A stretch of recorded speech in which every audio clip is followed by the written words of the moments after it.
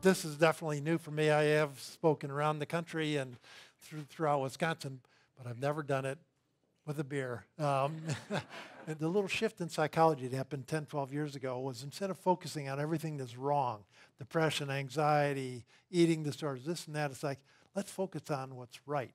And you think about your lives, what jumps out as what's most important? Family and friends, social relationships, familial friends.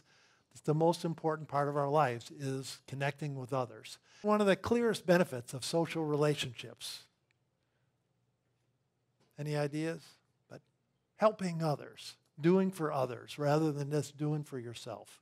Help others with random and not so random acts of kindness.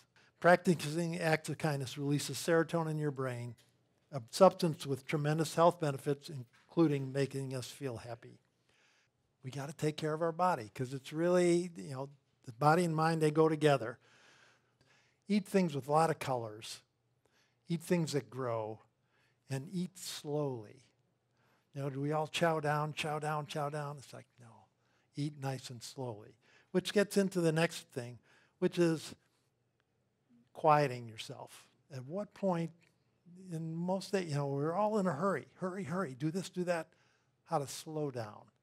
And whether you slow down, sit there in a productive manner. And whether through some form of meditation, just quieting yourself. And whether some people do it, various forms of breathing. We can talk about some of those forms later and have you experiment different things.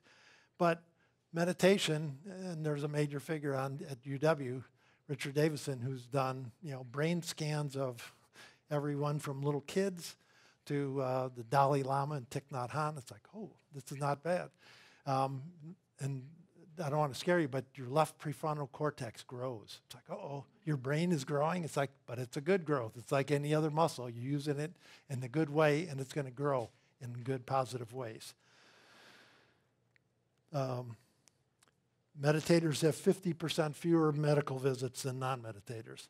So meditation leads to happiness, joy, better health, longer lives. You do what you can.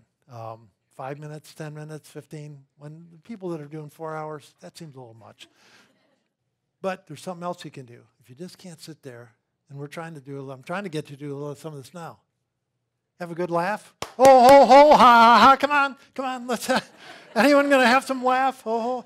And look at each other for a minute. Just turn and look at each other and ho, ho, ho. Come on, ho, ho, ha, ha. Come on, ho, ho, ho, ha, ha. And that strengthens your immune system by increasing your immunoglobulin A. So there's more of that good stuff going on in there. And, it's similar to a good workout almost. Gets those endorphins going. Good. So reduces the anxiety and depression. And laughing, do you feel a little closer when you're laughing with someone? In that 10-minute conversation you're going to have.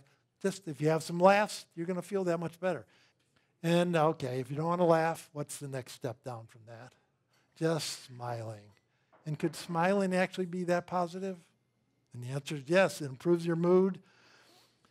It gets that immunoglobulin A going again. So get that going. Releases endorphins, the body's natural painkillers. Our society, unfortunately, has become indoor. In fact, there's even a thing now, everyone's heard of ADD. Do you know NDD? Nature deficit disorders. So the idea, make sure you're outside good 35, 40 minutes every day. They've done research. Our brains work better. Our relationships are better when you start doing and appreciating the beauty outside.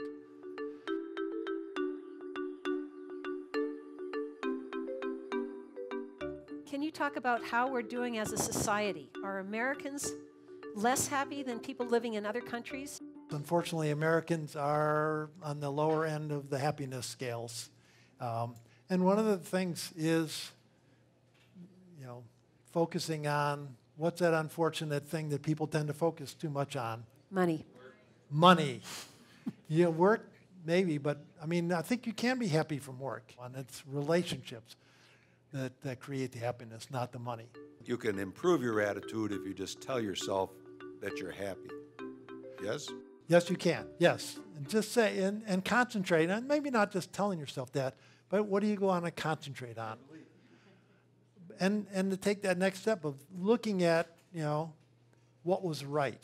Again, ending your day in the gratitude journal, thinking, what a wonderful day. I had a nice conversation with a friend. I had, a nice dinner. I had a breakfast.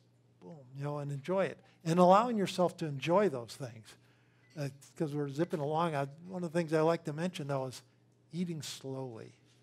We get, how many of, when you're eating your Oreos, are you eating them quickly?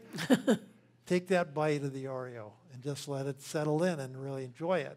And in the same way for any other food, we all sort of get past really attending to the sensations.